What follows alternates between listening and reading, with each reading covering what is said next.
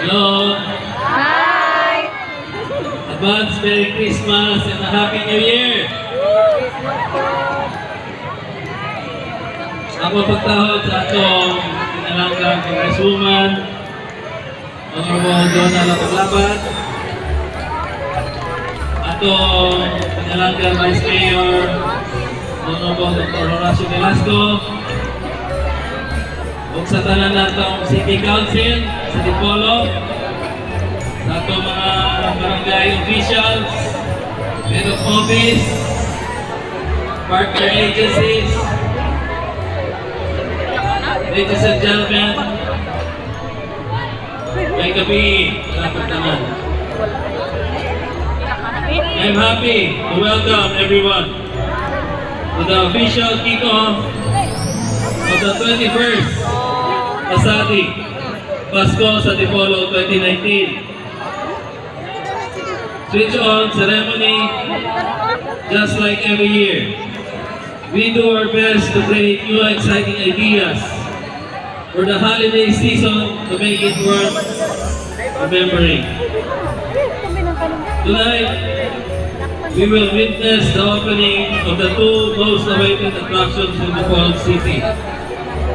To explore Dipolog Landmark and Dipolog Height Boulevard and our newly renovated Plaza Magsaysay. These two attractions are built with passion, which we hope to transcend the ideals of a true Dipolognon. As you can see, we incorporated in the design the fusion of modern and indigenous materials to create a diverse and eco-friendly public space. We are optimistic that this will be a venue to make new experiences and good memories together with our family and friends. I would like to take this opportunity to thank everyone who worked under the heat of the sun to make this project possible. This is the fruit of our unified effort. So thank you so much.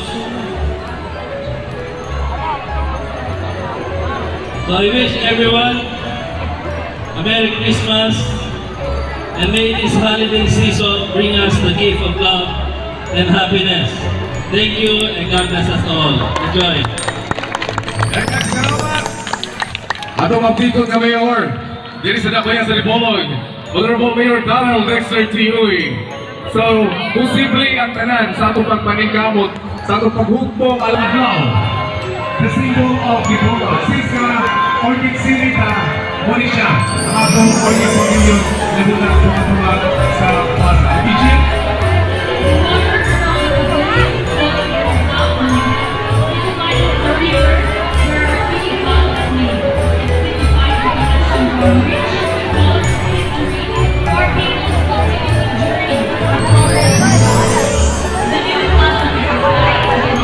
Maayong gabi!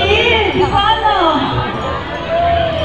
And advance Merry Christmas to each and everyone in the family. Alam nyo, nalipay kong damo. Kanina, bago tayo mag-lights on, sabi ko kay Mayor, ako yung very excited na mag-lights on. Kasi alam ko na, pag nag-lights on, each and every one of you will feel. You start feeling the spirit of Christmas.